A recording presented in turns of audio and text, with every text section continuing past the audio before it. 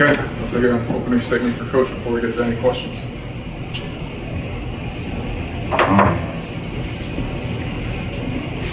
I'll try and restrain myself and be professional here. It's going to be very hard for me to be professional, but I'll try to be.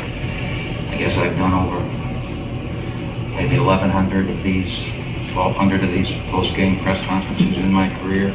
I'm not sure I've ever walked into one feeling the way I'm feeling right now. And so I will try and do the best job that I can for you. As our fans, you expect answers. And to be honest with you, I have none.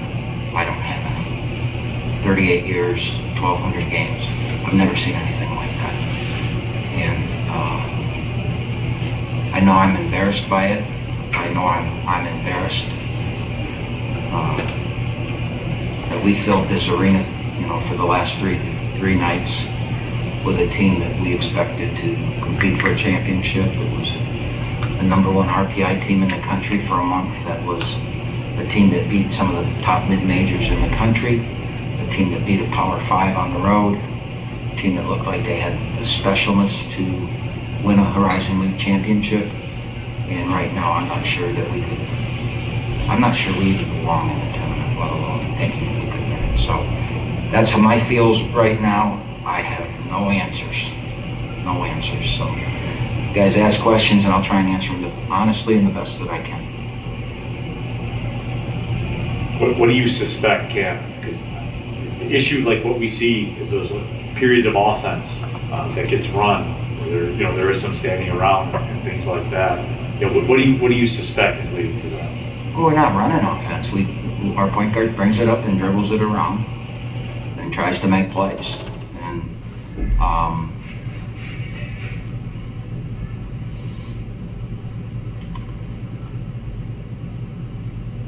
we want to run offense, but we've got to do a better job. And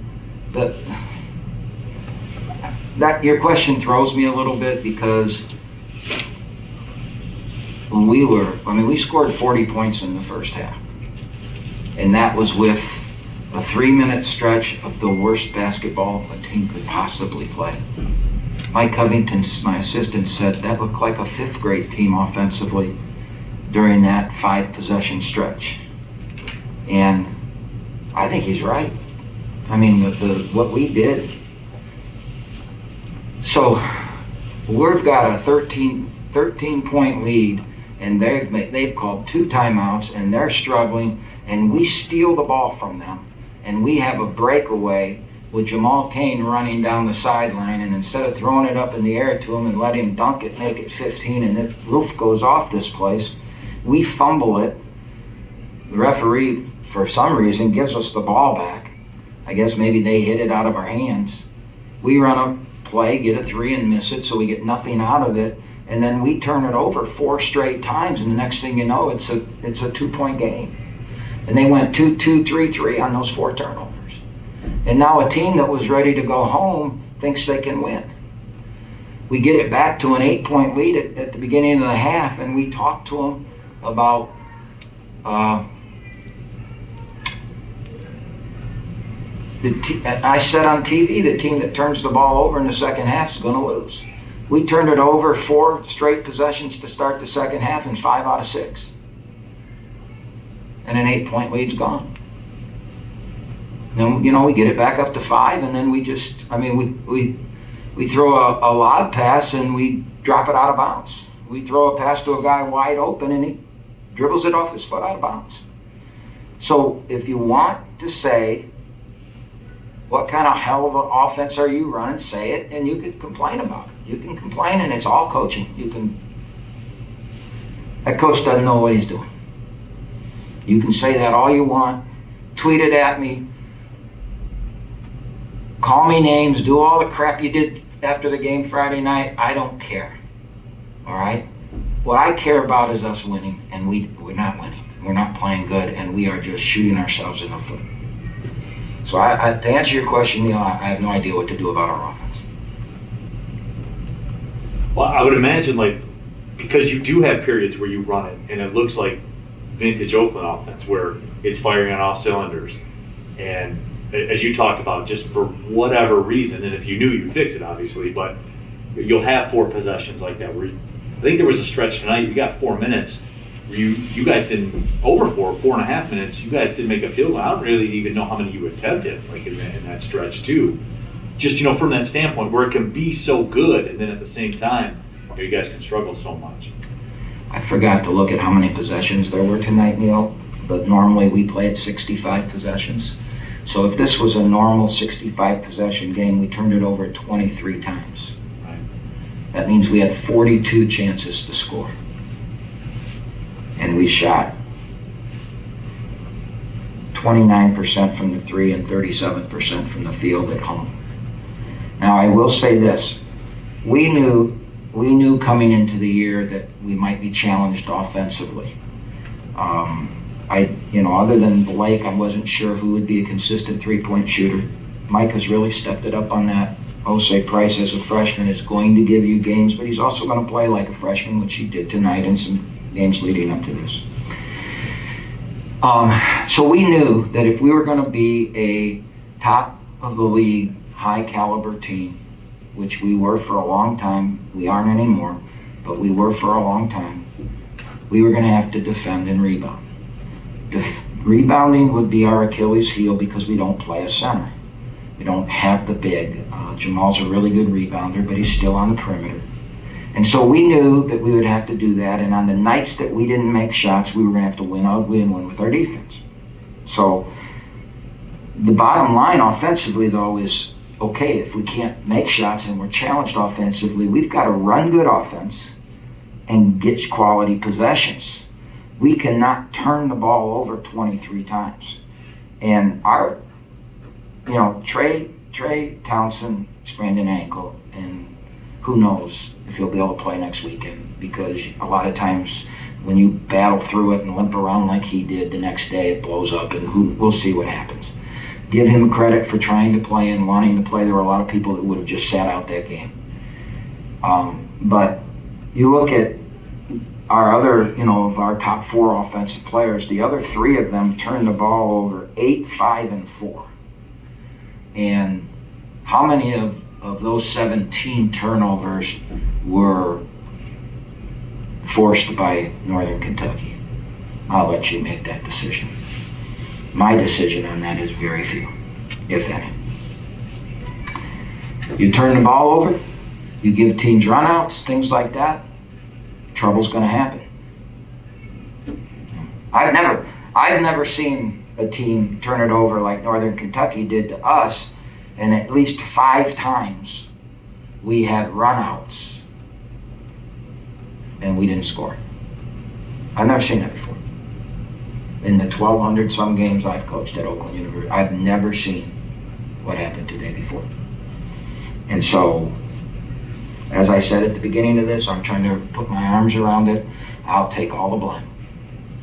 I'll take every bit of the blame. And right now, if I were an Oakland fan, I'd be really upset. I am an Oakland fan, and I'm really upset.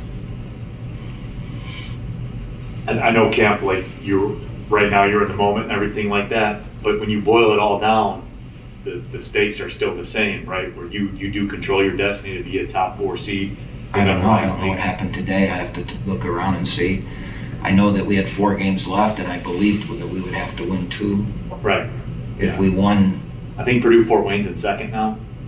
As I looked at the standings before we came up here. They won, did it? Yeah. Yes, so Cleveland City. So I mean, through all this camp, and as bad as it's been and everything like that, when does it kick in that you get past this, like the anger of the moment, and then you look at it, you do control your destiny to be where you want to be, because you said it yourself, top 4, see where you're at.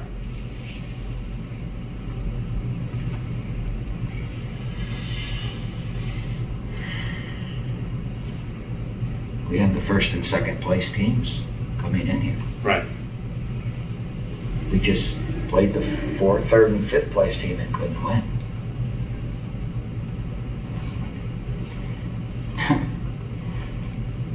I don't know. You want me to coach Pete? Yeah, baby. All we got to do is win the next 2. We'll be great. We're 24, 26 from the free throw line. The other team's 12 or 15, and we lose in our building.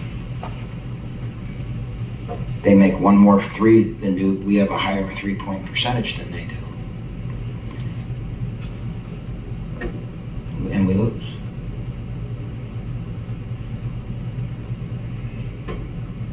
We can say all we want to say and dream all we want to dream. 3 days ago, if we won all 4 home games, we're the champion. And we've given that away. And if you can't play motivated by that, you know, I don't know. I don't know. I have no idea, Neil. Like I said,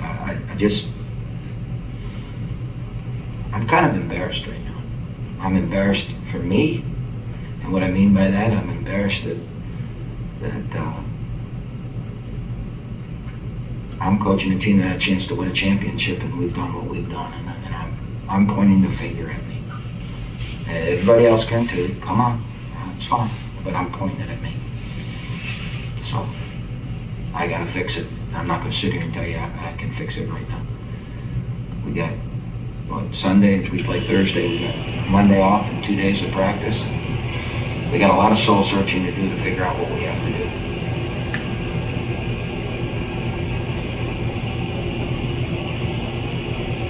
Question: what are your players' mindsets following tonight's game? Say it again. What are your players' mindsets following tonight's game? What are my players' mindsets following tonight's game?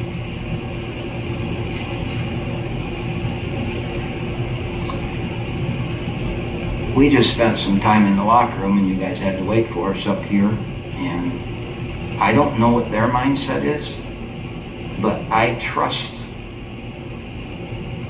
me when I say to you, they know what mine is. Unequivocally, right now, they know what my mindset is. I have no idea what theirs is.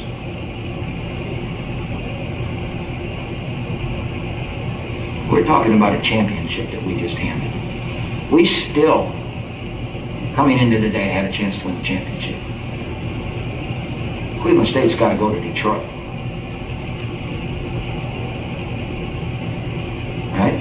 They go to Detroit and lose. We win today, and we win these last 3 games. We're the champion, the number 1 seed.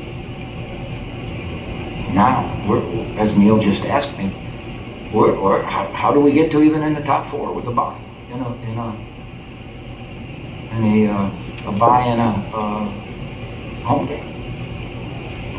That's all on the table now. We blew the championship. Now we got that to play for. So is there still a lot to play for this coming week? Sure there is. There's also senior day and all those kind of things. Those are all wonderful things, and we'll embrace them and put our arms around them. But all I know is I got a marketing team here that busted their tail to fill this building, and we did for 3 straight games. And this is what those fans got. I'm embarrassed by it. Any other questions? Okay, thank you.